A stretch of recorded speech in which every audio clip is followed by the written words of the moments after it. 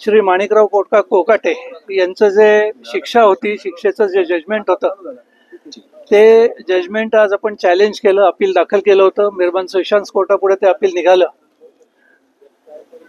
Argument झाल्यानंतर मेहरबान sessions कोर्टाने अपीलाला सस्पेन्शनची ऑर्डर केलेली आहे. अपील संपेपर्यंत, म्हणजे अपीलाचा फायनल निकाल होईपर्यंत जजमेंट आणि कन्व्हिक्शनची जी ऑर्डर आहे ती सस्पेंड केलेली आहे.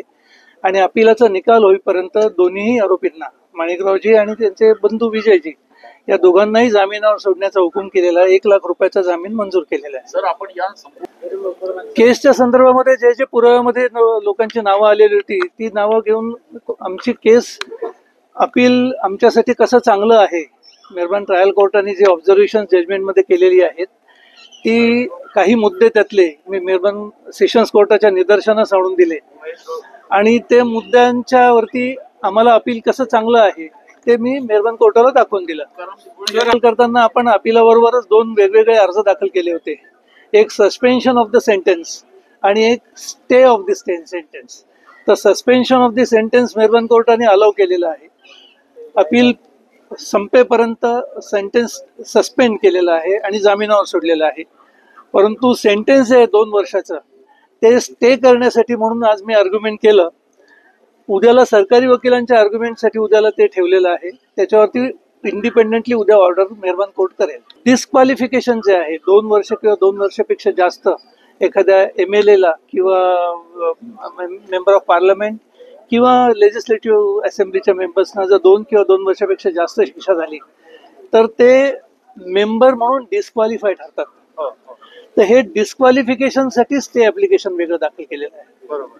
जर स्टे मिळाला तर ते आत्ता तरी अपील पिरियड संपेपर्यंत किंवा अपील फायनली डिसाईड होईपर्यंत त्यांचं कामकाज चालू राहील. जर स्टे मिळाला तर, आणि ती ऑर्डर उद्याला मेहरबान कोर्ट करणार आहे. आणि आता ते सस्पेंड, ते फक्त अपील पिरियड संपेपर्यंत किंवा अपील फायनली डिसाईड होईपर्यंत जी 2 वर्षाची शिक्षा केलेली आहे ती एक्झिक्यूट करू नका, एवढ्या पुरतच आहे ते. म्हणजे उद्या परत सुनावणी, पुन्हा सुनावणी होईल. स्टे ऑर्डरवरती मी आज आर्ग्युमेंट केलेलं आहे. उद्याला आता सरकारी वकील साहेबांचं आर्ग्युमेंट ऐकून जे अपील दाखल केलेलं होतं, अपिलामध्ये जे आम्ही 2 प्रेयर्स केलेले होते, एक सस्पेन्शनचा आणि स्टेचा, ते या दोन्ही प्रेयर्सना, दोन्ही विनंत्यांना विरोध करण्यासाठी म्हणून स्वर्गीय तुकारामजी दिघोळे यांच्या कन्या स्वतः ऍप्लिकंट हजर झाल्या होत्या आणि त्यांनी हे ऑब्जेक्शन घेतलेलं होतं की आम्हाला स्टे देण्यात येऊ नये.